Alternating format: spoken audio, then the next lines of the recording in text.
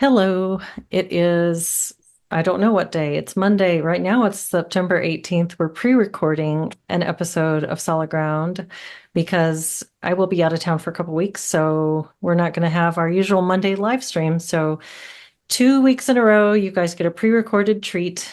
I'm Leslie Elliott Boyce, and I'm speaking with Jennifer Friend and Christine Siefen-Wolk, two of my favorite people to talk to.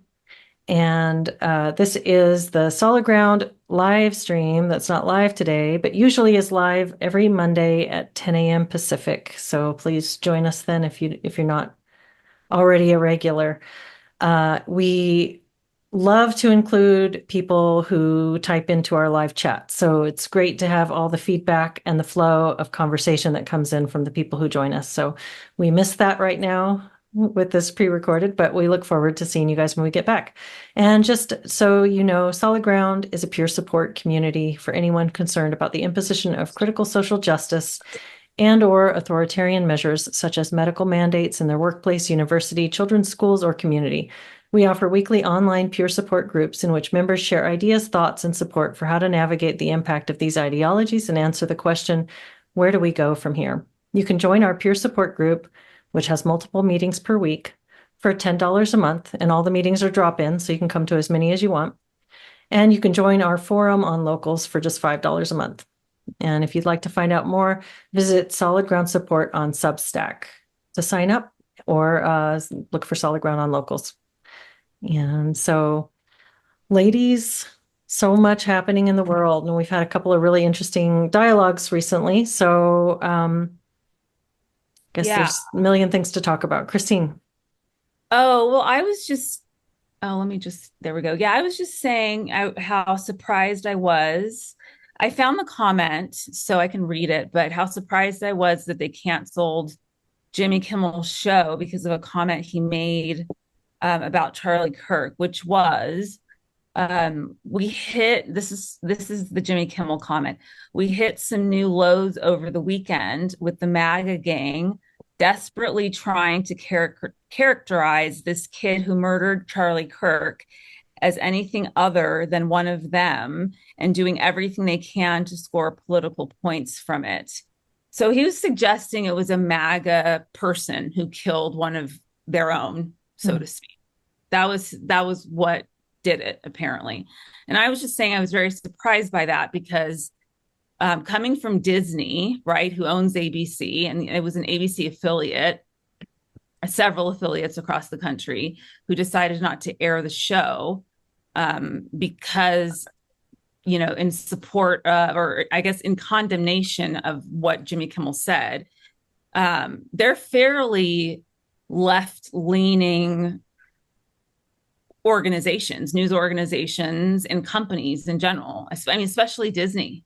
So it was very surprising to me that they would take that position rather than make a formal apology that really doesn't mean anything, but do it for the sake of doing it.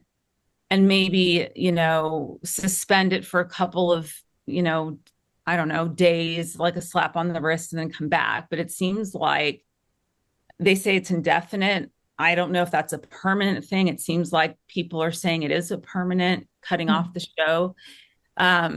And I kind of have some mixed feelings about it. I kind of feel like that seems a bit over the top. That comment, I've seen a lot worse coming from people on the internet. And I don't know that Jimmy Kimmel, it's a late night show. I mean, Bill Maher says more like provocative things than that. He's on HBO. He still has a wide reach. So Mhm. it's kind of surprised. And I got very upset with some of the things people said about Charlie Kirk's murder, assassination. And I was like, okay, well, if you're saying that he deserved to be shot and killed, or you're laughing about it and you lose your job, then that's your problem. I mean, I haven't had a lot of empathy for that happening, to be honest. But this I thought was a little bit more on the extreme side. So it surprised me a bit because I thought it was a bit extreme considering it's a late night show and they're comedians. There's an element Right. of laughter or of, I don't know. There's Well, some, and he wasn't celebrating his yeah, unfortunate death either. I think that's really disturbing that people that are celebrating it or saying he deserved it, yeah, simply for stating an opinion they disagree with.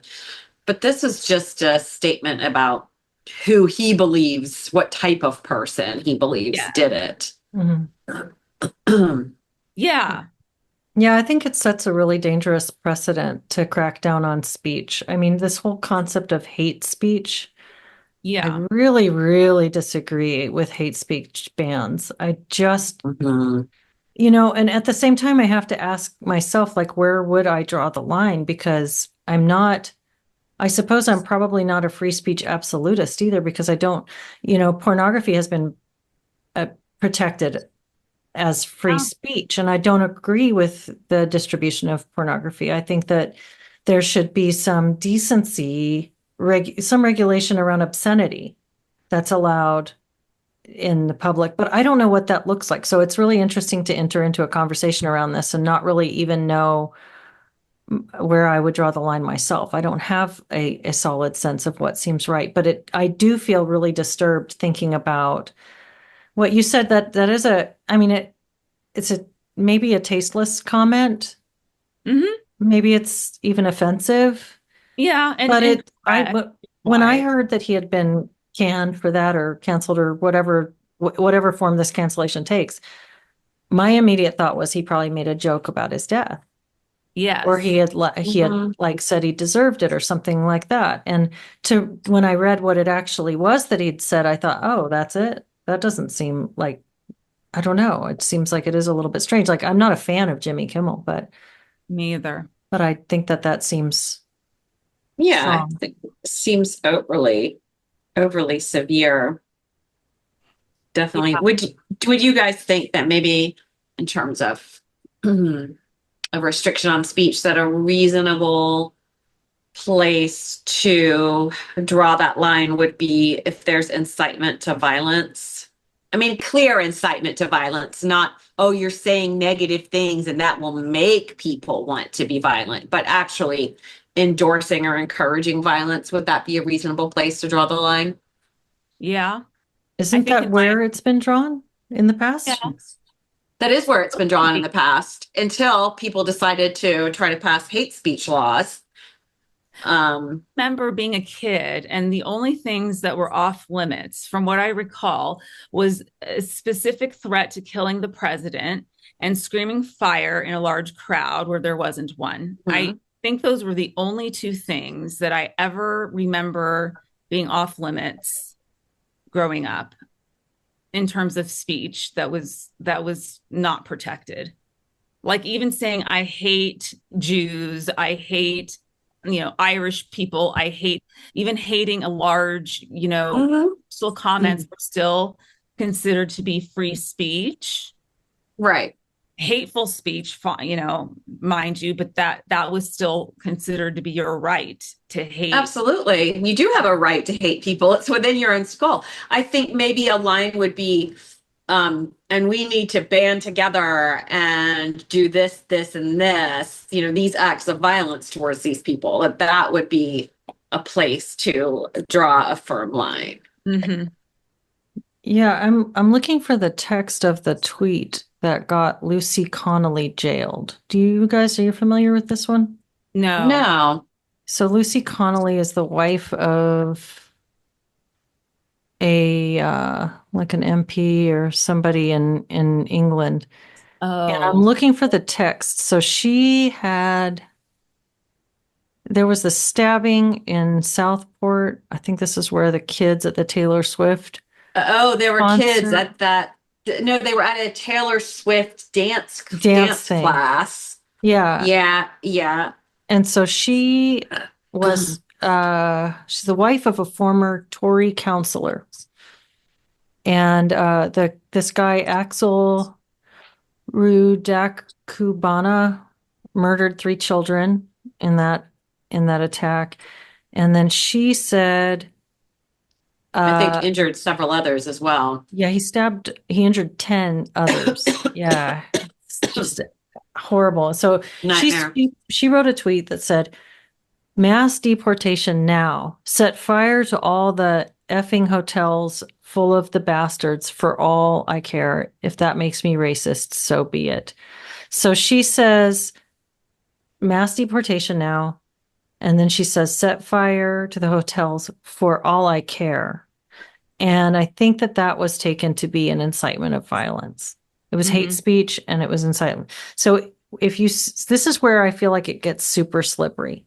So set fire to them for all I care.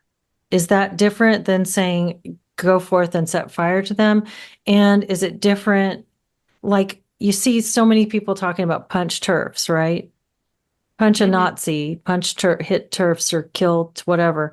So if so people express things in these ways. It's idiomatic. It's uh like this verbal acting out of a feeling that they're having.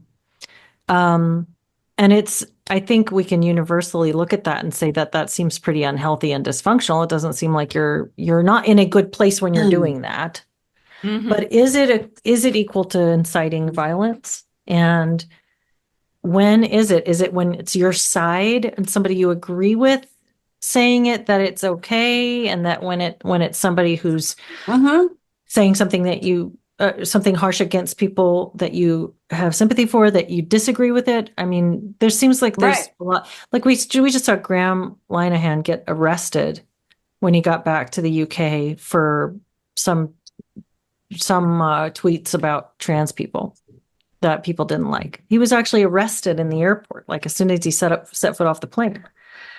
So we see that going down over there right now, and I feel like what we're starting to see is calls for more of that here, and Yeah, just really frightening. it feels almost opportunistic too, like the murder of Charlie Kirk. It was interesting to me, and I don't know if anybody agrees with me on this, and probably a lot of people disagree with me on this, but one of the things that I observed was like right away people switched very quickly from oh my god, I can't believe that that happened, to what are the other side saying about this and how much I hate them for saying that. So it was like this shift of focus from how do we feel and how do we process this loss to what do they think about this, and how can I transmit my feelings into channel them into anger against somebody else and be mad at somebody about this. And it feels very convenient that that Mm. reaction to the reaction is now being used to justify censorship. Hmm. Does that make sense? Hmm. It's interesting. And in the case of this woman in England, what's her name again? Lucy Connelly. Lucy Connelly. I mean, to me, her comment seems like it was made in a moment of pain and a flash of anger more than like that comment about burn the hotels for all I care. To me is different than let's meet at the corner of, you know, Right. First Street and, St. Clair at midnight, bring your Yeah, torches. right. I think there's a difference. Or even if she kept repeating that same comment or variations of it Mhm. over and over again, I think, that's starting to look like incitement. But that as a one off in the heat of the moment, I really wouldn't. I think there's some nuance even within that. Well, and it says here she pled guilty to, I guess these are the charges, inciting racial hatred and and distributing threatening or abusive written material. So it's a something you can be guilty of, inciting racial hatred. So that's not even inciting violence. That's Yeah. just I think you have making a right. people That's hate something. ridiculous. Yeah. That's No, you have ridiculous. a right to hate another group of people. You absolutely do. You Yeah. have a right to all Yeah, kinds we're of not things. talking about Yeah. morality. I mean, we're Mhm. talking about our values. I mean, we're talking about people's rights and what free speech is supposed to be. That's something Daryl Davis used to say quite a bit too. And I really respected him for that because he wasn't out there trying to change minds by forcing the morality of it onto somebody. He wanted to sit down and understand why people hated who they hated. He wanted to understand why people hated large groups of people Hmm. and why the individual, not the collective, but the individual fell into that line of thinking. And he wanted to know why. And he wanted to explain what he saw from his point of view. And I really admired that, because he walked into rooms full of people that hated him, and he was okay with that. And I'm not saying that's something that I would even have the patience for, because I Hmm. wouldn't. That's the truth. But Hmm. I admired that he was able to do that. And so I don't think it's not a question of whether or not that's somebody that's raised with a good set of values or morals, that you hate an entire ethnic group. But I do think that it's your right to feel that way if we're looking at it without attaching any kind of meaning to it. It's your right to hate. It's not your right to go commit crimes and be violent toward anybody or incite Mm-hmm. violence. I think that's where it's overstepping the line. Like your Right. example, Jen, where let's go meet at First Street in St. Clair at this time because this is what we're going to do. Or even to suggest, I'm going to bomb your house. I think that's an incitement of violence, even if Yeah. it's a specific Yeah. day Hmm. and time. I'm going to bomb your house. I mean, those are things that you can get restraining orders for. Yeah. Hmm. Yeah. That's how much it's an incitement of violence, I think. Well, the problem is, in England now, people who are putting things out on Facebook or Twitter, um, or Instagram, they're having the police knock on their doors and question them about their statements. And what they're sometimes doing is letting the person go, but then recording on their record that they have what do they call it? A non a non-criminal hate incident. And so anybody then could find that because it's a matter of public record, I'm assuming. So your prospective employers, Mm-hmm. um, so they're not charging you with the hate crime if you convince them that they need not do that, but they're leaving something on your record to say you perpetrated a hate incident, um, which could be really damaging. And some of these things are just over people saying something as simple as, um, men can't have babies, men are men, women are women, statements of that genre that the vast majority of people actually still believe. Mm-hmm. And You know so what? this is where I think things get really concerning. Well, and Yeah. also there's the social media factor, right? Like, that's, it's, it's interesting what it represents. We've heard people say Twitter is the town square, something like that. Like, there's something analogous to a public meeting space. But I think it's Mhm. something very different. Maybe it has elements of that, but it's also something different because in a public meeting space, we'd all be face to face. We'd all be sitting around together, and the there's not that dissociation Mm-hmm. and ability to project onto people quite so easily when you're aware of the embodied reality of each other. You see how much more confrontational people are, for instance, online, and when in Oh yeah. person they're much more meek. Yeah. And Mhm. um I've kind of thought about this too, just with having a YouTube channel and all the kinds of comments that come in underneath of the videos sometimes. I really like the engagement and I like to see what people think. And I like when people disagree because it's where you kind of find your own edge. You find what's that? Do I have a blind spot here? Or maybe there's something that I didn't communicate very well, or I should communicate more fully, or something I should rethink, or something that I want to respond to that I disagree with the person who's making the disagreement, but I think I could give a better argument for my position. So it's it makes things interesting when you hear where somebody didn't land on the same page as you. But sometimes people say really nasty things. Mm-hmm. And I've gone back and forth between, do you leave it there because, hey, free speech and everybody should be entitled to read what everybody else says? Or do I land more in the place of, hey, this is my little space that I have, And if Mm-hmm. you came to my house and you talked to me like that, I would kick you right out. And so I'm not letting you come here and be abusive and gross in my space. Like, Mm-hmm. so there's the conceptualization of that. And one of the things I said the other day when we were talking was that we were talking about people dancing on Charlie Kirk's grave in all these videos and stuff. And I said they should lose their social media accounts, just like anybody should lose that if they're dancing on anybody's grave. If you're celebrating death, gone. But Mm-hmm. I don't think you should be. So this is where I'm trying to articulate something or even understand what I think, because I'm not sure what I ultimately think about this, but this is my thinking right now.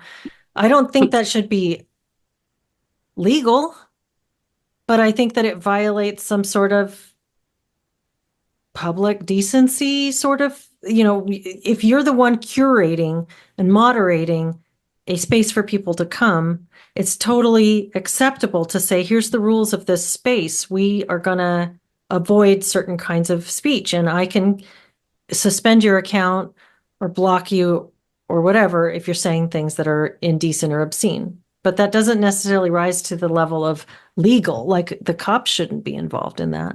So I don't know. Exactly. What do you guys think about that? Right. I think that's the difference. It's like Mm. it's not illegal for somebody to do that, or shouldn't be illegal Yeah. for somebody to do that. But if it's your space and it's your boundaries, it's the limits that you set, it's what you will tolerate. That's your right when it's your private space. But beyond that, and if you look at free speech or like as on this huge kind of continuum, there's what is legally allowed and considered to be okay as free speech. And then there's all the way to the other side. What do you personally allow for on your Facebook page or your Insta page or whatever? I mean, I don't even use social media anyway, but but your YouTube channel, for example, and people posting there, that's where it's like it doesn't matter what's if it's legal. If you don't want it there, it's your space. You can take it down. I mean, that's where Mm. it becomes a personal choice, in my opinion, in my view.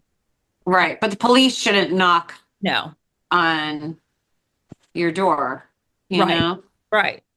You But then get how does that square with how before Elon bought Twitter and it was famously a place where people were getting banned for mm-hmm, having gender critical views or, mm-hmm.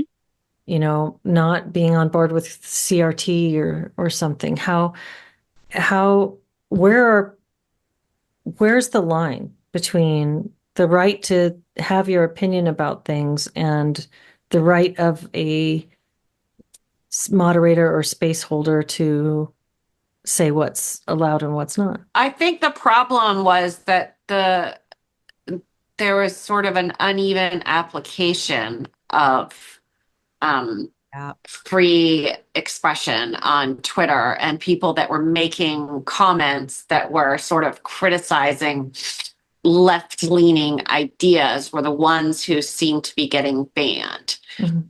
Whereas I think a more fair way to do it would be, we can have ideas on here as long as they're expressed within, these particular parameters. In other words, you can't call somebody, an abusive name, because you don't like their post or something. Whatever. I'm not saying that should be the rule, but I'm just saying if you're going to have these rules, they should be applied evenly across opinions, across political perspectives. I think that makes it more of an even playing field. And it seems to me like it wasn't. Now I hear that X, from everybody saying that it's now the opposite, that it's anybody who's left leaning is getting bounced off. But I haven't been using X really very much at all. So I have no sense of what's going on in there anymore.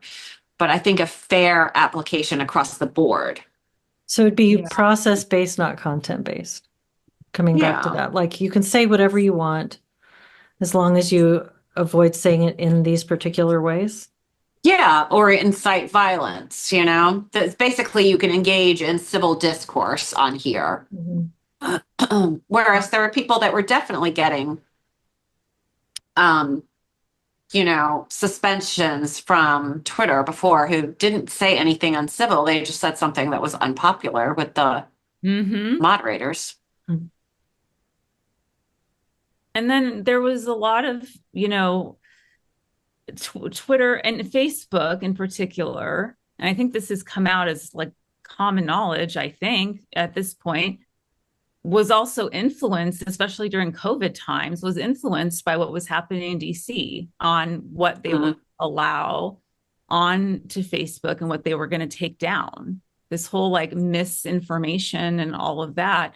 They got calls from DC, the administrations at the time, highly, highly recommending, with incentives. I'm sure, I'm going to go ahead and guess that there must have been an incentive to do this, that certain things not be posted. So that, I think, was also a piece of the puzzle there that was a problem in terms of the censorship that was happening around COVID information at the time. Yeah, yeah, like you can't publish something positive about ivermectin, or you can't Yeah. um, question something about the efficacy of the Yeah. vaccines. Yeah, Or yeah, math that or any of that. right. And just labeling everything that you don't like as misinformation. There's definitely dangers in that, because it's like, why can't somebody publish that and then you do your own research and do your own reading and make your own decision?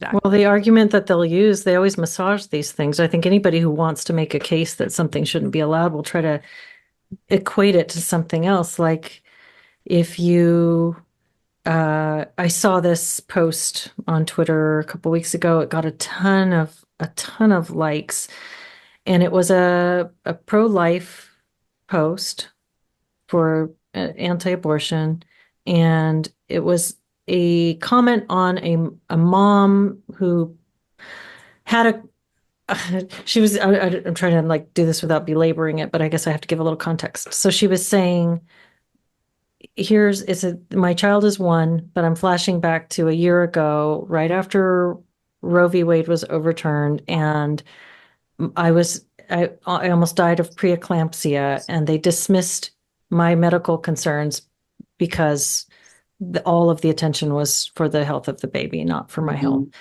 And so I don't know what she's implying there. An ungenerous read of that would be to say that at that time she wished she had been able to quit abort.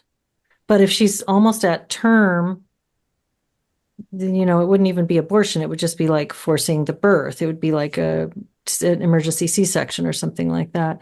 So it was kind of confusing, but that was Sounds definitely confusing, yeah. definitely the way it was interpreted by the Twitter poster, was to say, look at this horrible mother who wishes she could have killed her child. Mm-hmm. So she's not saying that, though. We I know didn't perfectly read it well that she's way. not looking at her kid going, "Dear, I wish you were dead." No, I don't think She's so. not. That was a really ungenerous read of what the woman was saying, but it fit the Mm. narrative that the woman who was posting it was saying, and she was trying to score points and likes for her opinion. And so she said, look at this woman who wishes death on her own child. And so that would be what, a call to violence, a hate speech, a dancing on a grave, whatever you want to call that. And then there's the all the people who decided that Trump was so racist that if you posted a pro-Trump thing, you were posting racist propaganda. Right. So there's ways Yeah. that it gets massaged, like there's an extension of the definition to things that are associated politically with the No, thing no. that you're trying to ban. Yeah. Yeah, yeah. I just think that's a complete manipulation, and it's not operating in good faith. And they know perfectly well. They're just trying to silence people when they do something like that.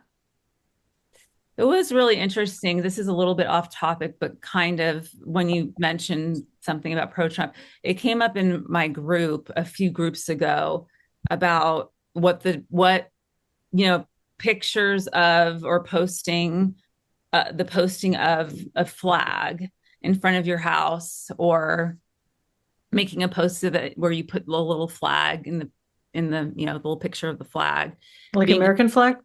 hmm? Like an American flag? Yeah, an American Okay. flag being equated to like a white supremacy or a pro-Trump or a very far right leaning representation, and how the meaning of the flag has sort of changed. And it Hmm. was just very interesting, and I can see that because I know I'm not 100% comfortable having a flag, like putting a flag on my car and driving it to the greater LA area. Hmm. And it was very distressing. And it is distressing because that's a symbol of the country that we live in, that I live in. And it symbolizes, because it also symbolizes our president. I mean, we can hate our president, we can love our president, but it's the president of the country.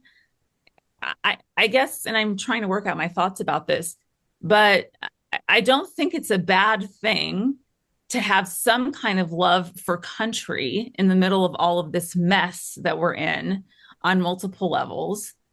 And I couldn't imagine a time when that would ever be the case growing up in the 80s. I don't recall, you know, paying homage to a flag, of your country was ever going to be such a representation of everything that's wrong in the world.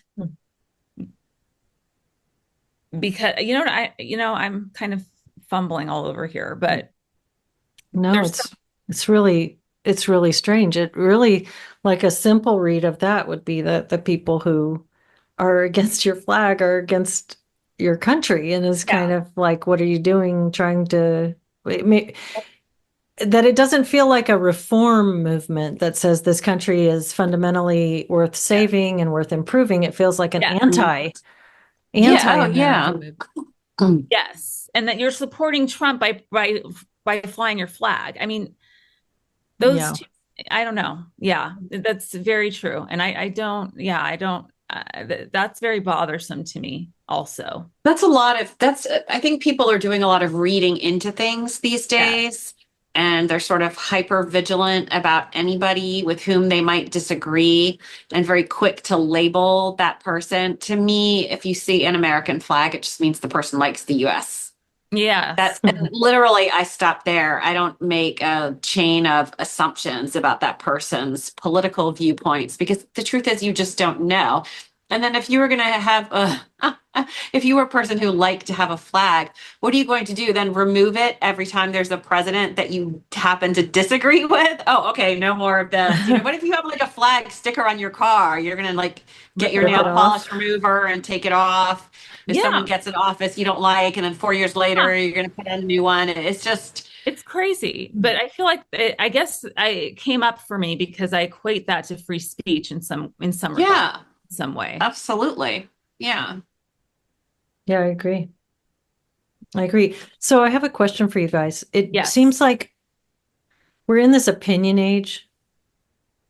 We went from this era in which people watched the nightly news and sat around and just discovered all the bad things in the world Hmm. and then stressed about them together. Hmm. When we started getting the nightly newscast, I remember watching it with my parents when I was a kid. And then we got 24/7 news, we got CNN, and then we got social media, which mostly seemed to me to become a bunch of people sharing news articles that they're either shocked and disgusted by or that promote an idea that they want to share with other people. So it's this whole, like Alex Jones phrase, info wars. Oh, So yeah. it became the infotainment Hmm. era where now, instead of going back to the book you've been reading, when you get a break for 15 minutes, you're going to go sit in your chair and read your book. You're probably just going to pick up your phone and scroll for a little while and be pulled in all these different directions by different news articles that are going to be coming across and headlines that are coming across. But more than information, it's opinion. We're in this era of opinion, and people are very, very invested in having other people think like them. And we are drawing lines like people used to draw with sports teams or warring countries around do you think like me or do you think like the other side? So we have a side and it's all based on your opinion. So we can group you over here at the red shirts or the blue shirts based on what you think. And you can be wrong in your mind. And that seems like that seems to be a very undifferentiated way to think. And it seems to be a very emotionally immature way to behave. And one of the places we really see that a lot is with young people who will cut off their parents because they don't want to use their pronouns that they choose or their new name. And so they get extremely activated and aggravated because the parent doesn't agree to the same reality that the child wants to establish. And we see that across the board with all of this. And so I guess my question is, well, I guess it's not really a specific question. It's more of a what do you think of that? What do you think we're doing? Why is that happening? And what do we do to differentiate better so that we're not hung up on drawing lines around who thinks like us and who thinks differently? Mm. I think we're placing, I think it's an indicator that we're placing opinion and identity above personal relationships. And people are very hot on having an identity now. Um, and so if somebody disagrees with your perception of things or your perception of yourself or disagrees with you politically, it's okay and maybe even morally righteous to sort of cancel this person from your life. And then you get to feel like you are a successful moral crusader, which gives a person a sense of purpose.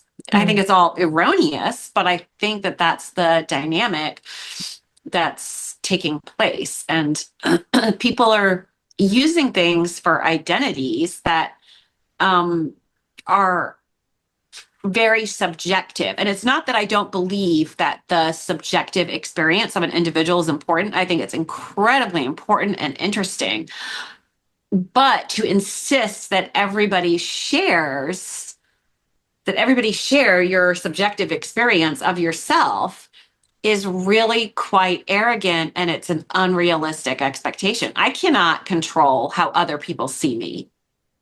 I can influence it, but I absolutely do not have control over that. And I have to be able to tolerate that. 100%. But now people are acting as if you don't see me the way I want you to see me, then it does violence to me. That's actually hurting It me. erases me. Yes. And I mean, since when are we so fragile that everybody has to see us exactly the way we want to be seen? I don't remember any time period where we had that before, or we felt entitled to demand that people have a particular opinion of us. Mhm. I think that that's what also the whole idea of the cutting off of the parents or the family members because they won't, comply with the pronouns. I think that's such a dangerous place to be. That's what makes that whole movement to me feel so cultish because it's the cutting off part of the people that that you have these attachments with that are supposed to, that are your family that maybe don't agree with you, but you still have a relationship with them and you're being encouraged, whether it's through your the group that you identify with or whomever, you're being encouraged to cut them off. And I think the cutoff of those relationships, those primary relationships, those important relationships, is a really unhealthy place to be. I think it's very isolating, and I think it's very lonely, and I think it's really problematic. And I think that that is sort of the love bombing part is Yeah. happening. Come here and we're going to scoop you up and hold you in our arms. And that's where I feel like it becomes very cultish. Um, That that's is what cults do. that's what they do, right? And They so, do. They alienate you from friends and right, family. It's sometimes forbidding contact. right. And and it feels that way to me that when you're starting to do those cutoffs because you're not getting that response that you want, where your friends and family are merely kind of pointing out reality, I think, Mhm. and it's very difficult to accept for whatever the reasons are. But here's a group that's going to accept it, and they're going to explain to you why you shouldn't actually have those other relationships anymore either, why you should be cutting them off. And here we're going to provide what they can't and what they won't provide you. And that isolation is, what ends up happening when people end up becoming swallowed up by a cult. Mhm. So one of the things that I'm hearing that I'm thinking about as you guys are talking, Jennifer, when you said people are placing identity above relationship, the there's kind of a desperation and a defensiveness around the identity formation that seems new, socially speaking, like maybe Yeah. social psychologically. I'm gonna just like stutter here for the next 5 minutes. Um, it seems kind of new, and Yeah. it's It does. new along with this relatively new creation of the functionless childhood, where the child is just supposed to be a receptive thing, not a useful thing. Like as a child, you don't have jobs, you don't have you're not, there's no Chores. expectations. Yeah, you don't have chores. In fact, you don't even have the expectation that you can sit through a dinner or sit through a car ride patiently. You're handed something in order to entertain you, in order to take away any of the distress of even boredom as a child. So there's no expectation being put on many young people, and they are entertained and placated and coddled throughout a long stretch of childhood. And then I remember having this thought very much because I was a young mom and I didn't go straight to college after high school. And I watched as a lot of my friends did that. And it just seemed like party central. It seemed like an extension of adolescence, where here you are a full grown adult who could be expected to do things that are, um, taking responsibility for yourself and others, but you are just being handed a really easy ride for a few more years while you figure yourself out and you go party Mhm. and drink too much and have too much sex and all this kind of stuff. So that it felt very striking in contrast with my life where I took on responsibility for better or for worse, whatever that means. But we've extended that period of childhood. We've made it more less functional, less responsible, and long. So now you're maybe 23 before you're expected to do anything of so identity. If you were to ask me what my identity was when I was younger, I probably would have been like, what are you even talking about? But if I had to say it, I would say it in terms of what I do, my occupations. Well, I'm a mom, I'm a student, I like to do poetry, whatever it would be. I like to make art. So my identity would be around what I do. And I think that maybe that's something that's changed, is people are now selecting identity like it's a drop-down menu. Oh, I'm a cisgendered, LGBT, partly abled, Black, this second generation, whatever. And so it's not about what you do, it's about who you are and what those represent symbolically. And because those are not as attached to the ego, they're not as closely held to the person, they are sort of in need of more defense in order for them to Mm. feel close to the person.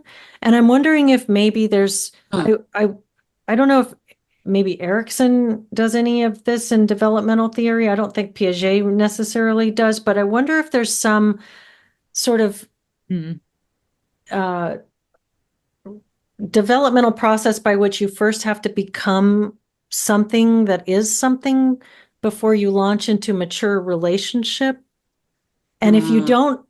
if you don't accomplish that task of having a confidence in some sort of agency or That competence, do you? that's part of it's part of what differentiation or individuation from your family is supposed to look like. And Mhm. that's a developmental step in adolescence. But the problem, I think, is that there's a lot of helicopter parenting nowadays.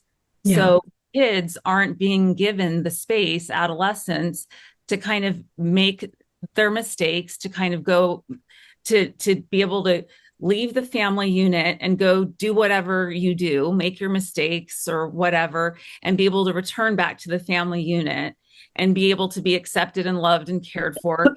And even if you feel a different way about, something or whatever, that your family is still there to love and support you, and you're still able to get your needs met. Like that differentiation or individuation stage doesn't seem to be happening. That's like where it's, if you don't accept this and this and this, then I'm cutting you off. That's where this Yeah. cutoff is starting to happen. But it seems to be starting even earlier than we'd see people fully Yeah, achieve that Oh, individuation. yeah. absolutely. And I think that's where what's going wrong is that process is not happening. I mean, it's not happening at any stage. It's definitely happening before adolescence. I guess, these days, but it's not happening at all.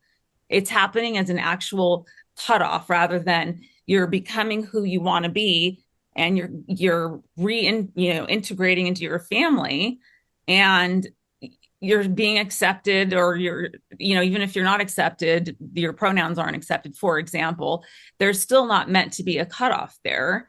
It's Mhm. the individuation or differentiation process is supposed to leave space for you to still be able to have attachments and relationships without everything being, we agree on everything and we're perfectly aligned on everything. There's room for that tension to still exist, and for you to still feel love and concern and compassion and care for each That's right.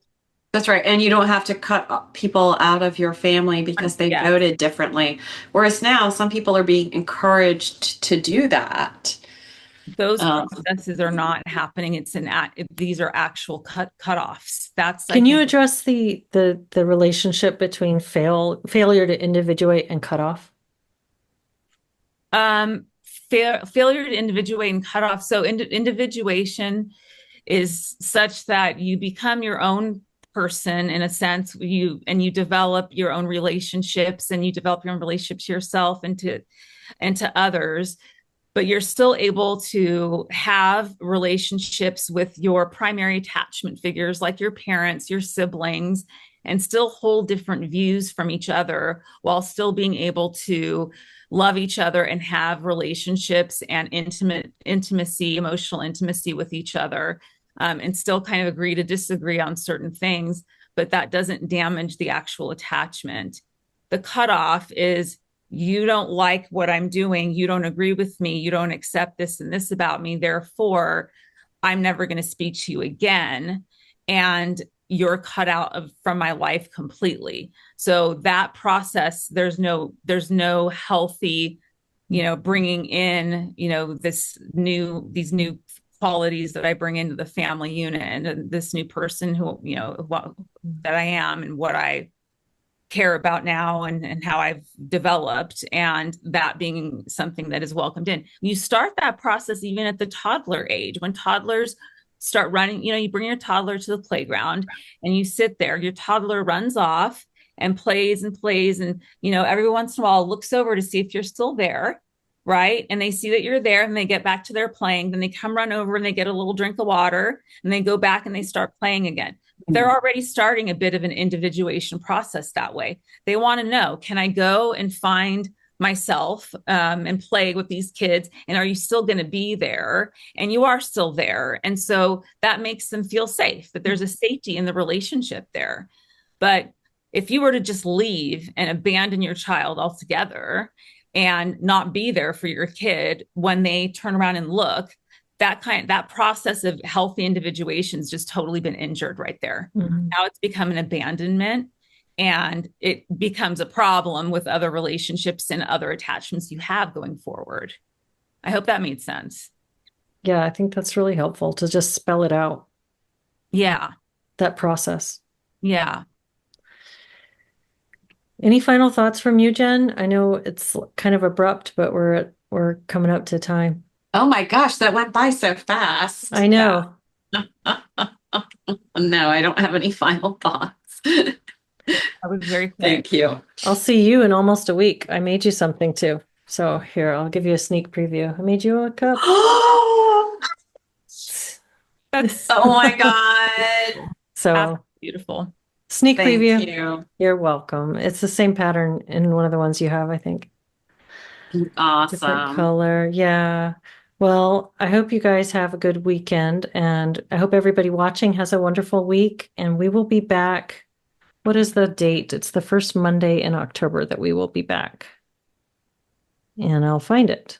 It is going to be October 6th. So that'll be the next time we're live streaming. And have a wonderful couple of weeks, everybody. Yes. Bye, ladies. Bye bye. Take care. Bye. Nice seeing you guys. Nice to see you too.